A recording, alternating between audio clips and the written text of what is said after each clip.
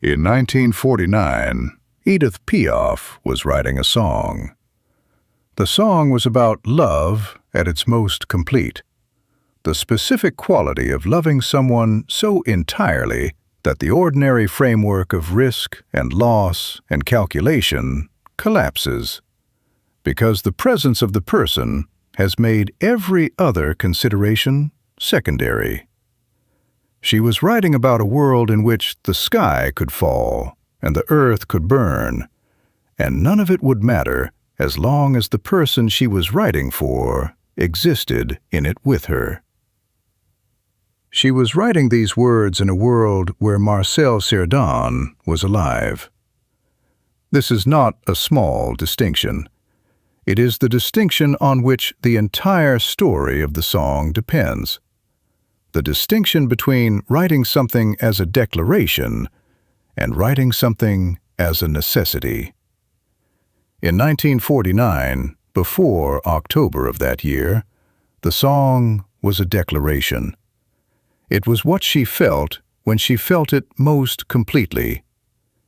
It was the document of a love at its highest intensity, written from inside that intensity, by a person who was inside it and could afford to look at it clearly enough to put words around it. She was 33 years old. She had been in the United States performing, establishing the American career she had been building since her first New York engagements in 1947, and then back in France. The two careers, hers and Cerdan's, had intersected across the Atlantic in the specific way that two people at the center of demanding professional lives manage intersection. Imperfectly, with gaps, with the logistics of two careers pulling in different directions. Cerdan had won the World Middleweight Championship in September 1948 in Jersey City, New Jersey, and she had been at ringside watching. He had lost the title in June 1949 to Jake LaMotta in a fight he entered injured, and there was a rematch being arranged. The plan was for him to travel to New York in October to prepare for it. The circumstances of their lives in 1949 were the circumstances of two people at the center of their respective careers, managing the logistics of a relationship conducted across the demands of a boxing career and a performing career simultaneously. The song was being written in this context, in the specific conditions of 1949 as it actually was, with the future still ahead and still undetermined. The words she was writing were extravagant in the way that declarations of love at full intensity are extravagant. They named every disaster the feeling was large enough to absorb. The sky falling, mountains crumbling, the earth giving way. She catalogued them, every available catastrophe, and placed them in the song as things that didn't matter, things that love was larger than, things that the presence of the right person made irrelevant. She wrote these disasters into the song as abstractions. She finished the song. She set it aside, and October 1949 arrived. On October 27, 1949, Marcel Cerdan boarded Air France Flight 009 from Paris to New York. He was traveling to begin preparation for the rematch against Jake LaMotta. The plane went down over the Azores. There were no survivors. Piaf was in New York when she received the news. She had been performing there. The concert that night, the concert she was rehearsing for when the news arrived, she went on and sang.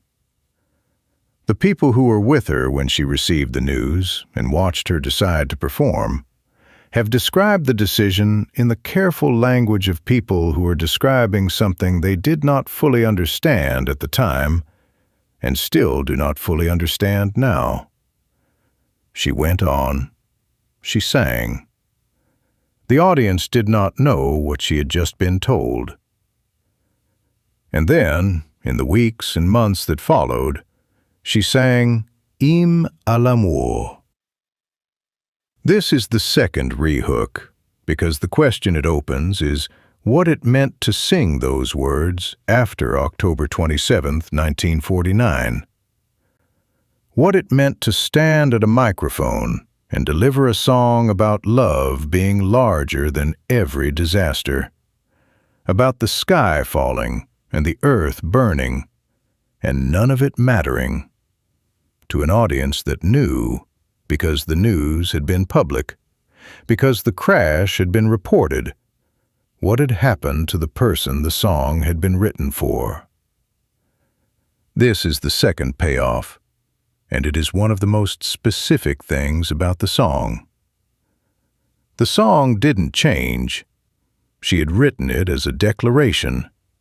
Nothing matters as long as you are here. After the crash, those words still existed, still said what they said, still organized themselves around the same proposition. The sky could fall, the mountains could crumble, the earth could give way. And what the song said was, I am willing. I am willing for all of it, as long as the person exists. What had changed was the world the song was sung into. The first audiences to hear her sing it after the crash heard both things at once: the declaration she had written from inside love, and the loss that had arrived while the song was waiting to be sung. The audience knew. She knew they knew. The song she had written as a declaration of confidence was being sung now in the specific context of the thing it had declared she was willing to absorb, having actually been absorbed. She sang it anyway. She sang every word of it. She did not revise the words. She did not find a version of the song that avoided the lines about disasters and substituted something softer. She sang the version she had written in 1949, with the sky falling and the earth burning, and love being larger than all of it. She sang the declaration she had made as a declaration, unchanged in the changed world. And what the audiences heard in those performances, what distinguished the Hymne à l'amour performances in the months and years after October 1949 from any other great chanson performance, was the specific quality of a voice singing something true from two different directions simultaneously, and not flinching from either one. To understand what she was writing, and what it meant that she was writing it in 1949 while Cerdan was alive, you have to understand what the song said, not as a translated text, but as a structure of feeling, the emotional architecture it was building. Hymne à l'amour, the hymn to love, is organized around a specific and radical proposition that nothing outside the relationship matters. Not death, not disaster, not the intervention of any external force. The song names the forces, the sky, the mountains, the earth, and dismisses them as secondary to the central fact of the love. It is the kind of declaration that love at a certain intensity produces naturally, the feeling that the world outside the relationship is not the real world, that the relationship is the real world, and that the other world, the world of ordinary consequences and ordinary risks, is a kind of secondary concern. She wrote these words not as poetry exercising a convention, but as a report from inside an experience she was actually having. She was reporting what it felt like to be in this relationship, with this person, at this intensity. The song was the most direct translation she had found for the feeling, more direct in some ways than anything else she had written, because it was not mediated through the chanson réaliste tradition of suffering and loss, but was instead a straight declaration of what was true at the moment of writing. This is the first payoff, and it requires sitting with what it means that she chose the language she chose. She wrote about disasters specifically. She didn't write a general declaration of love and leave the risks unnamed. She named them. The sky falling, the earth burning. These specific images of absolute destruction, placed in the song not to be frightening but to be dismissed, to be placed on one side of a scale and found lighter than the presence of the person on the other side. She was, in 1949, writing a song about the absurdity of caring about destruction when love was large enough to make destruction irrelevant. But here is what nobody mentions. The naming was also a prophecy the song didn't know it was making. She named the disasters. She wrote them down. She put them in the song as things she was willing to absorb if love remained. She was not predicting anything. She was declaring something. She was writing from confidence, not from fear. The disasters were literary, the kind of extreme image that a declaration of love at its most complete reaches for naturally. She finished writing. She set the song aside.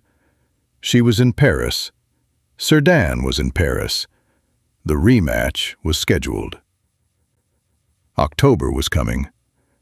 What she could not have known, what nobody writing in that moment could have known, because the future had not yet arrived, was that the catalogue of disasters she had assembled and dismissed as irrelevant was about to produce one of its own. Not the sky, not the mountains. A flight from Paris to New York, over the Azores, on October 27, 1949. She sang Hymne à l'amour for the rest of her career. In every concert, in every venue, in every country where her performing life took her, the song was part of what she gave the audience. The audiences changed. The contexts changed. The years accumulated. The song remained. What the song held in every performance after October 1949 was two things that a song is not ordinarily asked to hold simultaneously: the world it was written from and the world it was sung into.